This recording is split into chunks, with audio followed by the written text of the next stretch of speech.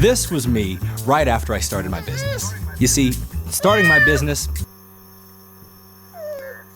Businesses are accepting a certain number at a time.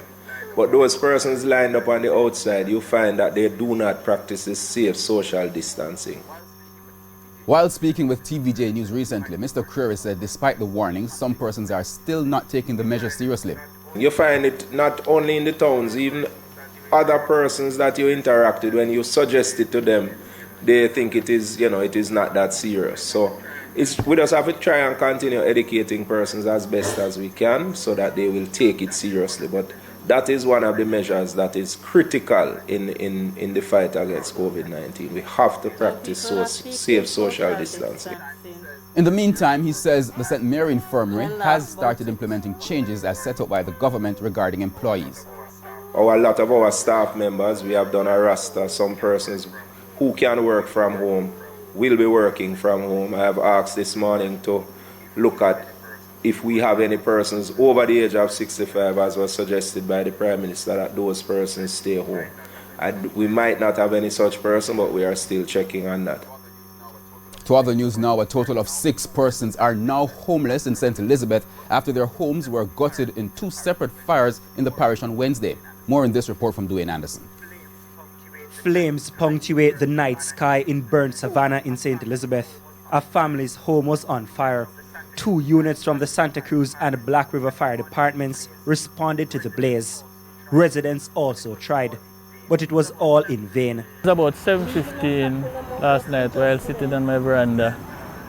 I saw 2 men running across my fence like there was a commotion.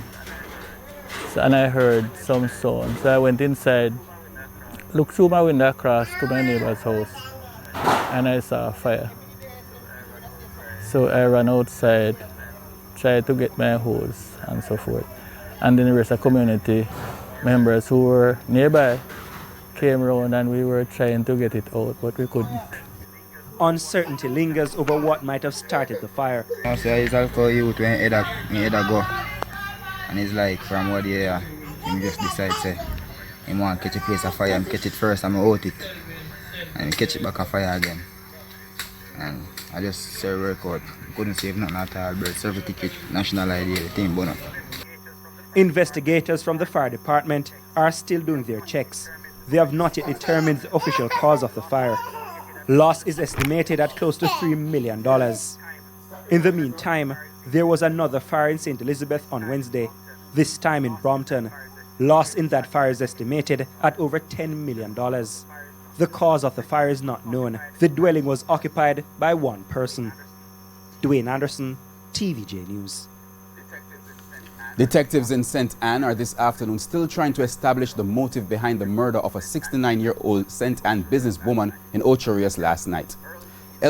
Earl Dean Henry Brown, a justice of the peace for the parish and an operator of Exchange Crystal Hardware, was at her place of business about 2:15 yesterday afternoon when a man entered the establishment, brandished a firearm and shot Miss Henry Brown in the upper body.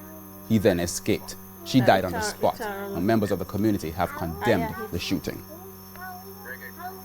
Reggae crooner and songwriter Keith Bob Andy Anderson is dead. He was 76 years old. It's reported that he had been ailing for some time. He died this morning at his Stony Hill St. Andrew home. We go on to news from the region. Bermuda's tally of confirmed coronavirus cases more than doubled overnight to 15. Premier David Burt said 40 more results had been received, of which 8 were positive, bringing the total positive cases in Bermuda to 15. 4 cases arrived on British Airways from London's Gatwick Airport, 2 on March 15 and 1 each on March 17 and March 20. Now 3 other cases were described as limited local transmissions and 1 remains unknown. Bermuda's International Airport and seaports are officially closed until early next month. And that's where we end the midday news. But remember, join us at 7 for the prime.